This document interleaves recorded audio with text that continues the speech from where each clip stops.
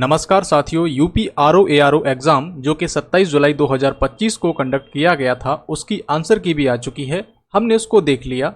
अब उस आंसर की के बिहाफ पर हम कैसे ऑब्जेक्शन लगाएं, कैसे हम आपत्ति उठाएं कि ये प्रश्न आपका गलत है या फिर ये आपका उत्तर गलत है, आयोग को कैसे वो भेजा जाएगा। तो इसकी प्रक्रिया जो है ऑफलाइन निर्धारित की है आयोग ने। उसे हमें जैसा प्रारूप तैयार किया है आयोग ने, उसी के बिहाफ पर हमको पोस्ट के माध्यम से आयोग के पते पर हमें भेजना है। और ये सारी प्रक्रिया कैसे करनी है हम इस वीडियो के माध्यम से समझेंगे। सबसे पहले हम uppsc.up.nic.in इस पर आ जाएंगे, इसके होम पेज पर आ जाएंगे। और यहाँ पर आप देखेंगे, स्क्रॉल करोगे अब जब आप ऊपर, तो यहाँ देखिए सबसे पहले आप देखोगे व्यू आंसर की। व्यू आंसर की पर जब आप जाओगे यहाँ पर, फिर यहाँ पर क्लिक करोगे तो ये आंसर की खुलकर आ जाएगी। अब इस आंसर की के बिहाफ पर आप जो भी आपका जो पेपर है उसमें मिलान कर लीजिए। अगर कोई भी आपको गलत लगता है तो वो नोट डाउन कर लीजिए एक अलग कॉपी पर। अब अगला स्टेप क्या है? अगला स्टेप ये है, हम फिर से वापस होम पेज पर आएंगे। यहाँ पर अब हम जाएंगे नोटिस बोर्ड में। पहला लिखे आ रहा है नोटिस रिगार्डिंग आंसर की ऑफ समीक्षा अधिकारी, तो इस पर हम क्लिक करेंगे। यहाँ पर ये पेज खुलकर आएगा। अब इस पेज में पूरा विज्ञप्ति दे रखा है कि किस प्रकार से आपको प्रारूप तैयार करना है, जो भी आपकी आपत्तियां हैं, कैसे भेजोगे, किस पते पर भेजोगे, ये सभी यहाँ पर लिखा हुआ है। अब हम इसी के बारे में थोड़ा समझ लेते हैं। तो देखिए, ये आपकी विज्ञप्ति है। अब इसे समझिए जरा। ये 30 जुलाई 2025 को जारी की गई आयोग के माध्यम से। अब यहाँ पर ये क्या कह रहे हैं कि सहायक समीक्षा अधिकारी प्रारंभिक परीक्षा 2023 जो कि 27 जुलाई 2025 को आयोजित की गई थी, इससे संबंधित वस्तुनिष्ठ जो सामान्य अध्ययन एवं सामान्य हिंदी से संबंधित जो प्रश्न पत्र थे, ये सब इन्होंने क्या किया है, इसकी जो आंसर की है उसको जारी कर दिया है। और ये आंसर की जो है 4 अगस्त तक उपलब्ध रहेगी, ये ऐसा कह रहे हैं। साथ ही नीचे यहाँ पर कहा गया है कि अभ्यर्थीगण जो भी अभ्यर्थी हैं, आयोग की वेबसाइट पर प्रदर्शित प्रश्न पुस्तिका बार कोड क्रमांक ये दे रखा है के आधार पर अपने उत्तरों का मिलान कर लें। जो भी आपके उत्तर है उनका मिलान कर लें। यदि आयोग द्वारा वेबसाइट पर प्रदर्शित जो भी प्रश्न हैं या फिर आपको आंसर की में जो भी दिख रहा है कि हाँ यहाँ पर गलती है आयोग की, तो उसको नोट डाउन कर लें। नोट डाउन करने के बाद ये जो प्रारूप दे रखा है इसे फिल करना है।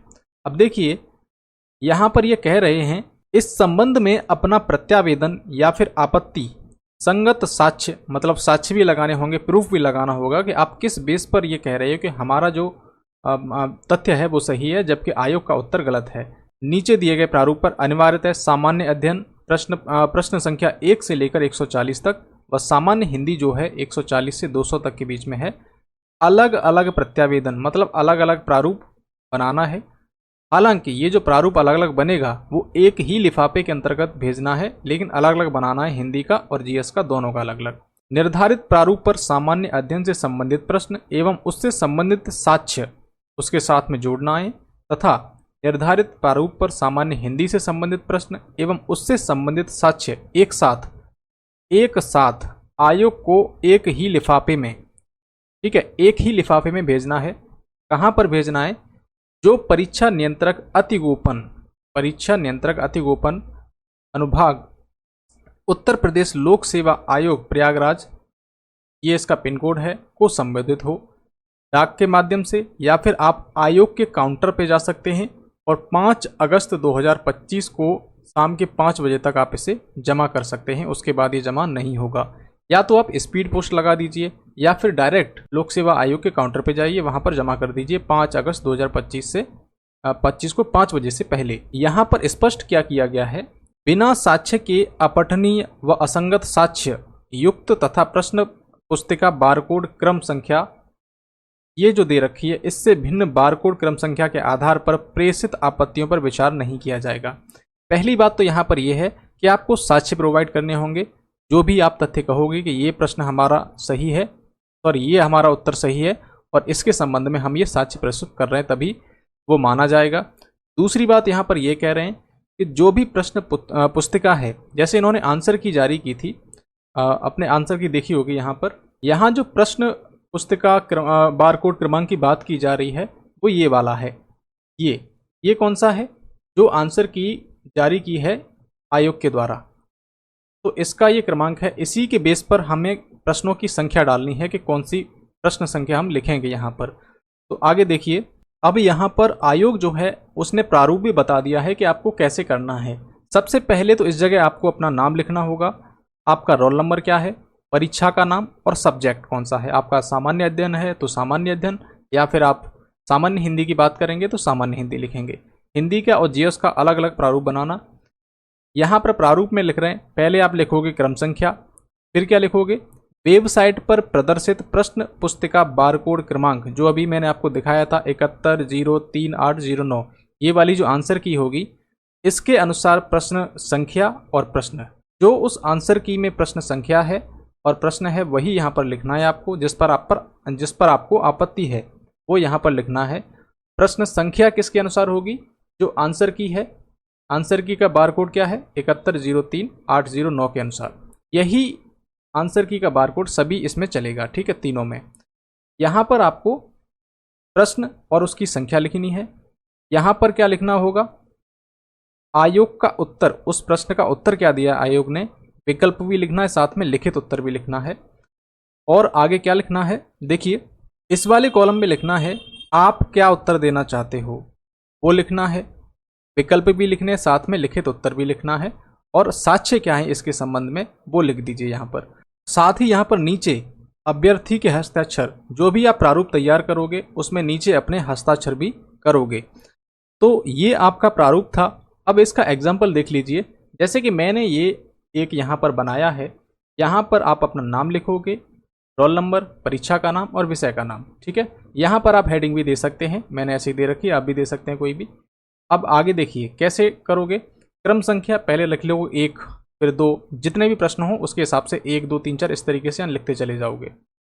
फिर आयोग का प्रश्न व संख्या सबसे पहले यहाँ लिखोगे, बिल्कुल उसी की तरह हम बना लेंगे जैसा प्रारूप आयोग ने हमें बनाकर भेजा है। अब देखिए यहाँ पर आयोग का प्रश्न संख्या हमने लिख दिया, जैसे कि 114वां प्रश्न था इस वाली पुस्तिका में जो आंसर की जारी की गई थी कि निम्न में से कौन सी एक वैधानिक संस्था है, ठीक है। तो इसका उत्तर अब देखिए, आयोग का उत्तर क्या है, उत्तर है वित्त आयोग, आयोग ने दिया था, मैंने यहाँ पर लिख दिया उत्तर बी वित्त आयोग। हम क्या चाहते हैं, प्रत्यावेदक का उत्तर क्या है, तो इसका उत्तर है श्रम आयोग, जो कि मैंने यहाँ पर लिख दिया है, ठीक है। साक्ष्य क्या है, वित्त आयोग संविधान के अनुच्छेद 280 के मुताबिक एक संवैधानिक निकाय है, न कि वैधानिक। अब यहाँ पर कुछ और भी लिख सकते हो, जैसे कि मैंने इसके संबंध में साक्ष्य जोड़े हैं या फिर एक प्रति जोड़ी है। इसी प्रकार से आप हिंदी का भी अलग से तैयार कर लेंगे और उसके प्रश्न लिख लेंगे इसी फॉर्मेट में, और नीचे यहाँ पर साइन करेंगे, और जो पता यहाँ पर विज्ञप्ति में बता रखा है उस पते पर आपको इसको पोस्ट करना है। स्पीड पोस्ट आप कर सकते हैं। और ये आपको कब तक भेजना है, 5 अगस्त 2025 को शाम के 5 बजे तक आपको ये भेज देना है, मतलब वहाँ तक पहुँच जाना चाहिए आयोग के पास में, इसलिए आप इसको 4 अगस्त को ही भेज दें। तो ये थी इसकी पूरी प्रक्रिया। और इसको जो है हिंदी वाला और आपका जो जीएस वाला है, दोनों ही एक ही लिफाफे के अंतर्गत बंद करके इसको स्पीड पोस्ट आप कर सकते हैं, जो कि आयोग तक पहुंच जाए। तो हमने ये जो प्रक्रिया थी कि किस प्रकार से ये भेजना है, इसको हमने समझ लिया है। कई सारे छात्रों ने जो पिछले वीडियोस थे उनमें कमेंट किया था कि सर आप भेज दो, आप हमसे पैसे ले लो। ऐसा नहीं कर सकते ना हम, तो आपका हम सहयोग कर सकते हैं कि आप इस तरीके से प्रारूप बनाकर और इसके बेस पर आप भेज सकते हैं। अगर आप ये समझना चाहते हैं कि इसको अपने हिसाब से बनाना है तो आप अपने हिसाब से लिख लीजिए। जहाँ तक मैंने इसको समझा है उस हिसाब से मेरा प्रारूप लग रहा है ठीक है। इसमें सबसे ध्यान रखने वाली बात यही है कि अपना नाम, रोल नंबर, परीक्षा का नाम, विषय का नाम ये जरूर डालें, साथ ही हस्ताक्षर करें, और इसी क्रम में जो भी आपके जो आपत्तियां हैं वो दर्ज करें, और एक ही लिफाफे के अंतर्गत जीएस और हिंदी के लिए अलग अलग लिखें। और यहाँ पर प्रश्न की संख्या अपने प्रश्न पत्र के अनुसार नहीं बल्कि आंसर की के अनुसार जो भी प्रश्न पत्र संख्या है वो लिखेंगे यहाँ पर। तो आशा करते हैं आपको ये सारी चीज़ें क्लियर हुई होंगी कि किस प्रकार से हमें ये आयोग को भेजना है।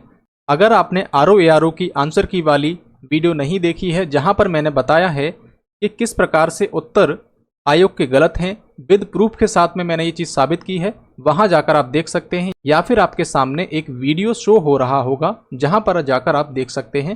धन्यवाद, मिलते हैं आपसे अगली वीडियो में। अगर कोई समस्या आती है आप मुझे कमेंट बॉक्स में बता सकते हैं।